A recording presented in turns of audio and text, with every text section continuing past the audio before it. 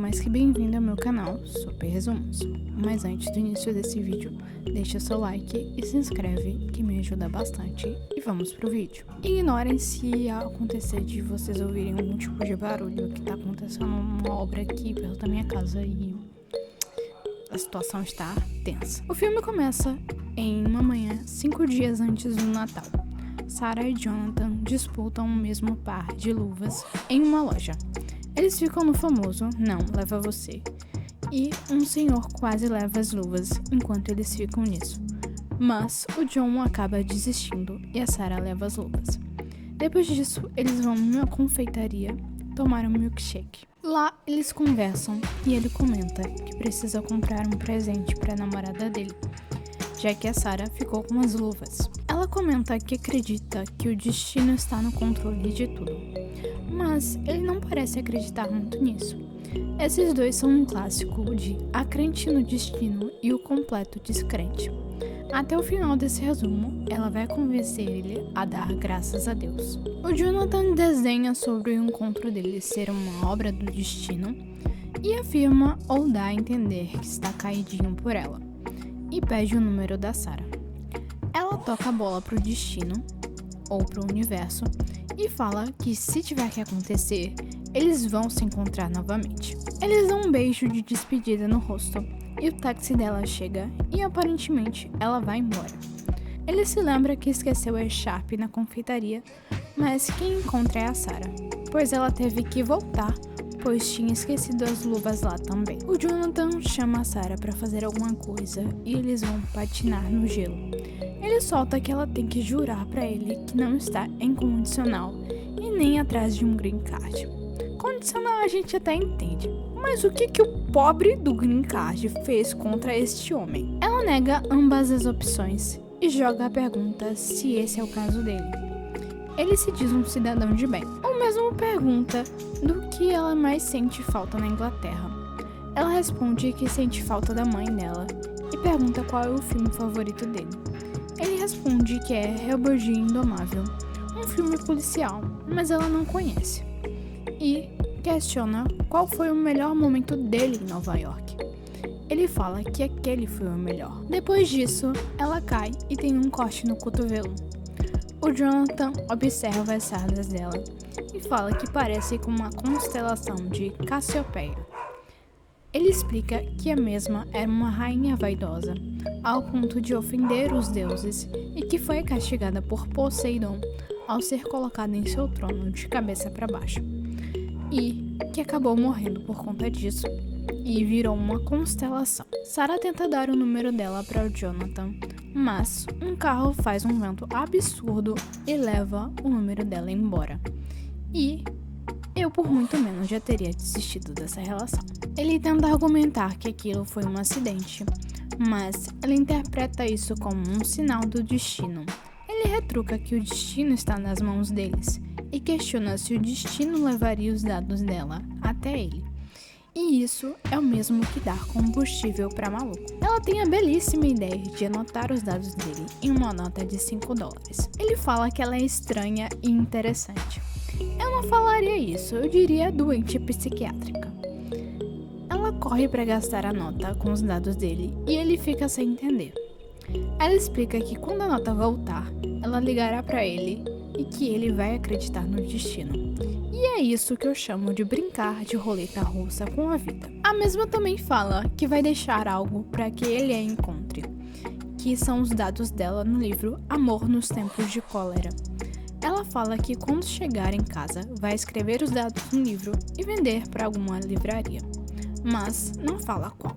Ele fala que eles não podem deixar as coisas na mão do destino ou do acaso, e ela leva ele até os elevadores e fala que se eles saltarem no mesmo andar, é porque eles têm que ficar juntos. Ambos clicam no 23º andar, mas no elevador em que o Jonathan estava, entra uma criança e aperta um monte de andares, e ele tem que parar em cada um deles. Ele fica muito irritado, mas o pai do moleque manda ele se acalmar. O elevador deles fica parado entre o 15º e o 16º andar. A Sarah chega ao 23º e espera por ele um tempo. mas vai embora um pouco antes do Jonathan chegar. Ele vai atrás dela, mas não a encontra e fica arrasado com isso. O tempo passa e é o jantar de noivado dele. Parece que ele seguiu em frente, mas ele ainda para procurar o livro, porém não o encontra. A Sarah trabalha em um centro de aconselhamento e, em uma consulta, um menino se aconselha com ela e fala que ele perdeu a alma gêmea dele, mas ela fala que acha essa tipificação perigosa. Vamos lá, perigos de se colocar alguém em um pedestal. Primeiro, que isso é horrível, e que segundo, a pessoa pode não sentir o mesmo por você. E terceiro, tu acha mesmo que a tua alma gêmea iria te deixar ir embora? Quarto, quem é a Sarah pra dar lição de moral em alguém? Ela deixa as coisas na mão do destino. Quando a mesma chega em casa, ela é pedida em casamento. Contudo, o anel não cabe no dedo dela. E eu fico pensando que como você vai casar com alguém e não sabe pelo menos a medida do dedo da pessoa? E como ela não viu isso como um sinal do destino? Será que os sinais do destino da Sarah são seletivos? Jonathan iria cortar o cabelo, mas desiste e reclama com um amigo dele que está vendo a Sarah em todo lugar. O amigo dele se recusa a participar disso, mas acompanha a busca dele pelo livro da Sarah. Enquanto estava com a sua noiva, ele encontra o recibo de compra junto ao par de luvas que ficou com ele e decide tentar pedir os dados da Sarah na loja. Enquanto isso, Sarah vai no show de seu noivo. Ele participa de uma banda New Age, contudo, ela acaba sozinha, pois ele tem algo para resolver e a mesma voltou para casa sozinha. E ela vê um cartaz do filme que o Jonathan citou como seu favorito. Nesse interim, Jonathan, na sua cruzada da procura pela senhorita Destino, vai até a loja pedir os dados da mesma, mas o funcionário se recusa, mas fala que ele não atingiu a meta da semana e pede para ele comprar $800 e ele compra. Mas o funcionário só cita depois que ele não pode ajudar realmente, pois os dados antigos vão pro galpão. O John quase bate nele, mas o funcionário fala que ele precisa de um funcionário para entrar e o Jonathan se acalma. O John vai se casar em 3 dias e é isso que eu chamo de uma verdadeira corrida contra o tempo. Sarah pede um tempo ao noivo e ele não entende. Ela pede para ir no final de semana com a Eve, amiga dela, para Nova York, e ele aceita. Enquanto isso, John, seu amigo e o funcionário que gosta de extorsão vão até os arquivos dos cartões. E eles encontram o nome da Sarah? Não! O papel carbono apagou o nome dela. E ele demorou demais para procurar. Mas pelo menos o endereço de 7 anos atrás segue firme e forte. Sarah e Eve chegam a Nova York, mas a Sarah não reservou o hotel e botou tudo na conta da loucura, ou como ela gosta, na conta do destino mesmo. Ambas discutem porque a amiga não entende o que a Sarah quer em Nova York, sem um lugar para ficar. Ela fala que está obcecada pelo John e que precisa encontrar ele para finalizar essa história. A amiga dela fica convencida e acompanha ela nessa busca. Eu por muito menos teria mandado ela encher o pneu de um trem, mas amiga para isso mesmo. Beijo, Raíssa. John e companhia vão até o proprietário do endereço de 7 anos atrás, mas o estagiário não sabe se pode revelar quem era a pessoa, mas acaba recebendo uma lição de moral do escudeiro sobre o proletariado, patrões, empresas de tecnologia e, como um bom estagiário com consciência de classe, ele acaba cedendo. Eles descobrem que o apartamento estava no nome de um tal de Sebastian e vão até o apartamento. Poucos instantes depois, Eve e a senhorita Destino estão andando pela mesma avenida que os meninos passaram e encontram o mesmo cachorro que esbarrou com John. Por pouco eles não se encontram. O cachorro derruba um funcionário que estava divulgando um campo de golfe. Sarah se lembra que o John gosta de golfe e, ao pegar um dos folhetos do moço que caiu, interpreta consequentemente como um sinal do destino e vai correndo até o lugar. Lá, as meninas não encontram ele, mas a senhorita Destino se senta no mesmo lugar em que ele se sentou quando ele esteve lá. A amiga dela leva uma bolada de golfe e uma tacada na cabeça e desmaia. Os rapazes vão até o inquilino anterior que morava junto com a Sarah Eles acham que ele era o ex dela, mas não. Ele não era nada dela e nem se lembra do sobrenome dela. Porém, ele cita que ela foi indicada por uma agência que fica perto de uma confeitaria em Manhattan. As meninas vão nessa mesma confeitaria e pelo menos a Ivy ganha um bolo de aniversário, cujo qual ela nem toca. Ambas discutem qual é o sentido da vida. E pra Sarah é comer bolo, e pra senhorita tacada na cabeça é cometer erros. Elas chegam no consenso que por mais que o noivo da Sarah seja estranho, ele ama ela, e que aquela viagem e aquela procura foram um erro.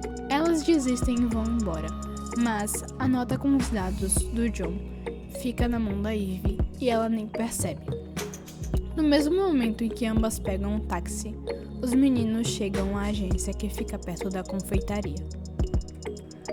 Ao chegar, elas percebem que é uma loja de noivas. Jonathan se lembra do ensaio de casamento e toma aquilo como um sinal e tem uma crise existencial. E fala pro amigo dele que eles deveriam ir embora e eles vão. A noiva do Jonathan encontra com a Ivy e a Sarah no hotel em que elas estão. A amiga da Sarah foi colega de faculdade dela e a noiva do Jonathan fala que vai se casar. Ela chama a Ivy para assistir o ensaio e insinua que a Sarah e ela são um casal e que ela pode vir também, mas a Sarah fala que não pode, pois ela tem que ligar pro namorado dela e fica um climão. De alguma forma, ao chegar no corredor do quarto do hotel, o noivo da Sarah estava lá. Sabe-se lá Deus como é que ele soube onde ela estava hospedada. Ela faz a mesma pergunta que eu, e ele fala que ele pesquisou na lista de hotéis. O ensaio do casamento do Jonathan começa e ele parece tão feliz quanto o cara que vestia verde e amarelo e foi levado pelo caminhão e agora roda o Brasil. Ivy cumprimenta os dois e a noiva do Jonathan fala que ela deveria vir para o casamento e que ela poderia trazer a amiga dela. A noiva do Jonathan conversa com ele, que ela sente que a cabeça dele não está lá. E intuição de mulher sensitiva e traumatizada não falha. Ele nega e ela fala das expectativas dela e como ela sonhou com esse dia e como ela queria que ele ficasse confiante. Ela está literalmente como Rafa Kalimann está para Flyslane no BBB, não sentindo verdade nele. Depois de conversarem, a noiva dele dá o livro tão aguardado de presente para ele com os dados da Sarah. Ele vai embora de táxi e mostra o livro pro amigo dele, e eles conseguem achar um endereço antigo da Sarah. Paralelamente, Sarah estava andando de charrete com o noivo e sai porque ele estava no telefone e vai em direção ao parapeito para olhar uma pista de patinação. Ela e o noivo se sentam perto da pista e observam o pessoal patinar. Ele fala que ele não sabe o nome de determinadas estrelas, que ele mesmo aponta, e ela olha para as sardas e fala que é Cassiopeia. Os meninos vão atrás da Sarah e o John fica preocupado em perder o casamento. Mas, my little friend, se você tem uma coisa que você não deveria estar preocupado, é com esse casamento. Tu não deveria nem estar casando porque você tá atrás de outra pessoa. E isso é totalmente irresponsável emocionalmente. Não façam isso em casa, crianças. O amigo dele comenta que se separou da mulher. Ele explica o que aconteceu. E o que falta neles é essa energia de procura que o Jonathan tem com a Sarah. Eles chegam na casa da Sarah e esse amigo vai verificar, mas ao ver duas pessoas copulando que ele acredita ser a Sarah e o namorado, ele tenta impedir o Jonathan de chegar perto da casa, mas ele vê a cena e sem perceber que não era ela. A Sarah de verdade está voltando para casa. Ela dá a entender que terminou com o noivo enquanto estava em ligação com a Ivy. Ela desliga o telefone, pois a aeromoça pede.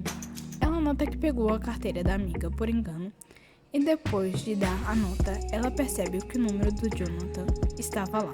Ela decide descer e procurar por ele. E agora é uma corrida contra o tempo, já que ele vai se casar em breve. Ela vai até o endereço dele e recebe a notícia de um senhor que ele vai se casar. Ela corre e vai até o lugar onde ele iria se casar. Ao chegar, ela recebe a notícia que o casamento já acabou e acha que ele realmente se casou. Depois, ela recebe outra notícia de que não teve casamento. John e seu escudeiro dele nessa jornada maluca conversam. O escudeiro vai atrás da mulher dele e dá ao John um obituário que ele escreveu sobre ele. O Jonathan lê enquanto caminha pelo Central Park. O obituário fala basicamente da busca recente dele pela alma gêmea dele e como isso foi frenético e o que os antigos chamavam de fato, outros chamam de destino. Enquanto isso, Sarah fala que ela vai continuar a procura e a Eve não acha isso uma boa ideia, mas fala que ela acredita que vai encontrar ele e vai embora. Ela se lembra do seu casaco, que ela esqueceu quando ela estava com o noivo no lugar onde sentaram. O Jonathan senta no mesmo lugar e encontra esse casaco e vai até a pista de patinação, onde fica deitado por um tempo até que a Sarah joga a luva preta perto dele. E ele acha que ficou doido. Os dois se cumprimentam e acabam se beijando. O tempo passa e eles comemoram bodas na loja em que se conheceram. Jonathan apresenta a ela o vendedor que ajudou ele e eles começam a encher o saco do vendedor porque ele é claramente cheio de tics e o filme acaba. Se você gostou desse resumo, se inscreva, deixa seu like e deixa aqui nos comentários qual filme você quer ver neste maravilhoso canal. Até a próxima!